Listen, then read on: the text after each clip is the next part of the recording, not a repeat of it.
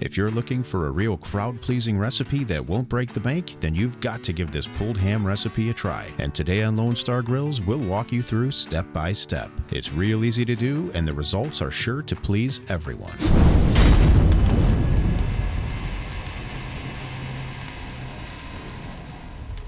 For this recipe, you'll need an 8 to 10 pound pre-cooked bone-in uncut ham. Begin by using a sharp knife and making crosshatch marks across the entire outside of the ham. This is mainly to keep the ham from buckling during the cook, but also helps the flavor penetrate when we glaze. And don't worry, you don't have to be a ham artist here. Just take your time, make those cuts, and move on to the next step, which is to coat the entire outside with olive oil and hit it up with your favorite rub. And we'll be using our Texas Bold Rub today. Just season it up and then get it onto a rack with a tray to keep the ham elevated, then let it hang out while we fire up the pit. We'll be doing today's cook on the Lone Star Grillz pellet smoker. Preheat your smoker to 250 degrees Fahrenheit. Once fully preheated, get the ham on with a probe in the center, close the lid, and begin cooking. For the first part of this cook, we want the ham to get to about 165 degrees Fahrenheit in the center, and that'll take about 8 hours. Meanwhile, we need to make a glaze. In a medium-sized pot on low heat, start with 1/2 cup of brown sugar. Then add 3 tablespoons of honey, 1 tablespoon Dijon Mustard, 1 tablespoon pineapple juice, and a few splashes of your favorite barbecue sauce. Heat and stir for just a couple minutes, then set it aside. Approximately 8 hours later, your ham will hit 165 degrees in the center. Now, it's time to get it into a foil pan, add 1 cup of water, and then pour that beautiful glaze all over the top. Cover with foil, get the probe back in, and allow it to continue cooking. We'll speed up this braise process by increasing our temperature to 300 degrees Fahrenheit. And approximately 2 to 3 hours later, when this probe's tender, or around 200 to 205 degrees Fahrenheit, it's time to remove it and rest it for at least 1 hour. Then shred it up how you like and waste not all that goodness from the braise in the tray. You've got to give this one a try because it's a winner. We hope you enjoyed this video. Thank you so much for watching. If you'd like information on any of our products, give us a call or check out our links below. And we'll see you on the next one.